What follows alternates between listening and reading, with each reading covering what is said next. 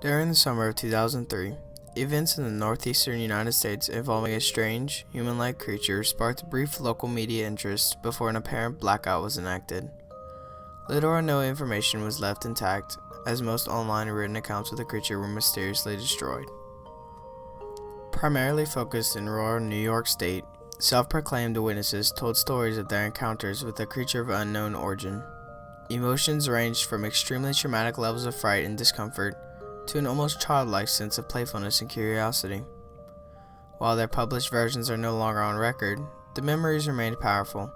Several of the involved parties began looking for answers that year. In early 2006, the collaboration had accumulated nearly 24 documents dating between the 12th century and present day, spanning 4 continents. In almost all cases, the stories were identical. I've been in contact with a member of this group and was able to get some excerpts from their upcoming book.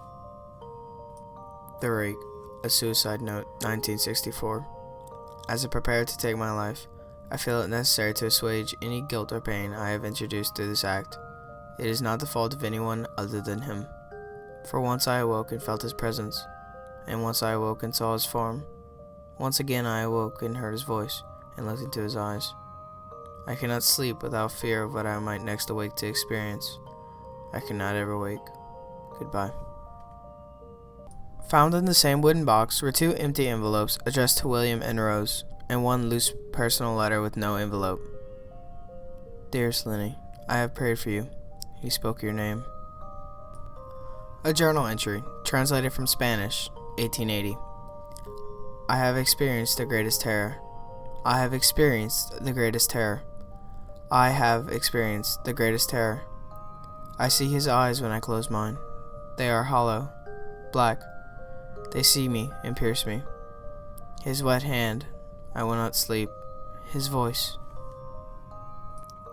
A Mariner's Log, 1691. He came to me in my sleep. From the foot of my bed I felt a sensation. He took everything. We must return to England. We should not return here again at the request of the Rake. From a Witness, 2006. 3 years ago, I had just returned from a trip from Niagara Falls with my family for the 4th of July. We were all very exhausted after a long day of driving, so my husband and I put the kids right to bed and called it a night. At about 4 a.m., I woke up thinking my husband had gotten up to use the restroom. I used the moment to steal back the sheets, only to wake him in the process. I apologized and told him I thought he had gotten out of bed. When he turned to face me, he gasped and pulled his feet up from the end of the bed so quickly his knee almost knocked me out of the bed. He then grabbed me and said nothing. After adjusting to the dark for half a second, I was able to see what had caused the strange reaction. At the foot of the bed, sitting and facing away from us, there was what appeared to be a naked man or a large hairless dog of some sort.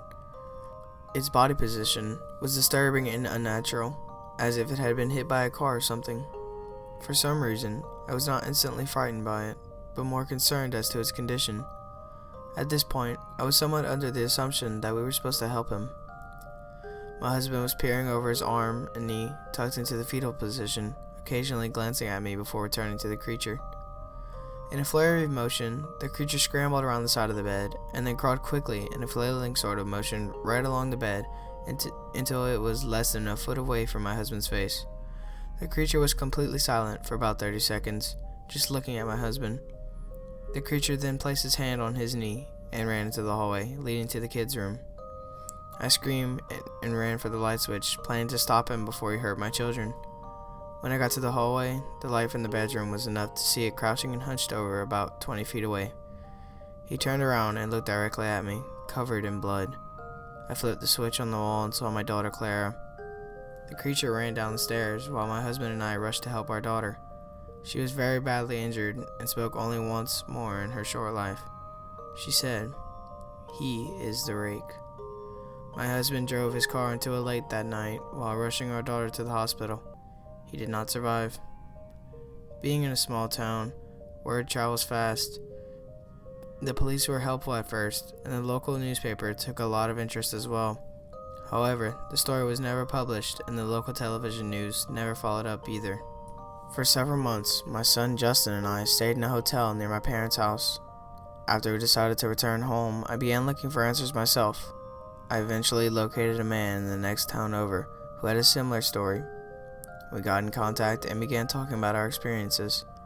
He knew of 2 other people in New York who had seen the creature we now refer to as the Rake.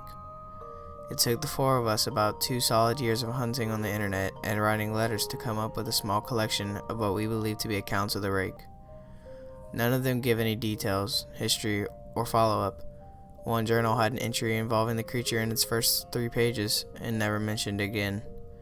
A ship's log explained nothing of the encounter, saying only that they were told to leave by the Rake. That was the last entry in the log. There were, however, many instances where the creature's visit was one of a series of visits with the same person. Multiple people also mentioned being spoken to, my daughter included. This led us to wonder if the Rake had visited any of us before our last encounter. I set up a digital recorder near my bed and left it running all night, every night, for 2 weeks. I would tediously scan through the sounds of me rolling around in my bed each day when I woke up. By the end of the 2nd week, I was quite used to the occasional sound of sleep while blaring through the recording at 8 times the normal speed. On the first day of the 3rd week, I thought I heard something different. What I found was a shrill voice. It was the Rake. I can't listen to it long enough to even begin to transcribe it. I haven't let anyone listen to it yet. All I know is that I've heard it before, and I now believe that it spoke when it was sitting in front of my husband. I don't remember hearing anything at the time, but for some reason, the voice on the recorder immediately brings me back to that moment. The thoughts that must have gone through my daughter's head make me very upset. I have not seen the Rake since he ruined my life, but I know that he has been in my room while I slept. I know, in fear, that one night, I'll wake up to see him staring at me.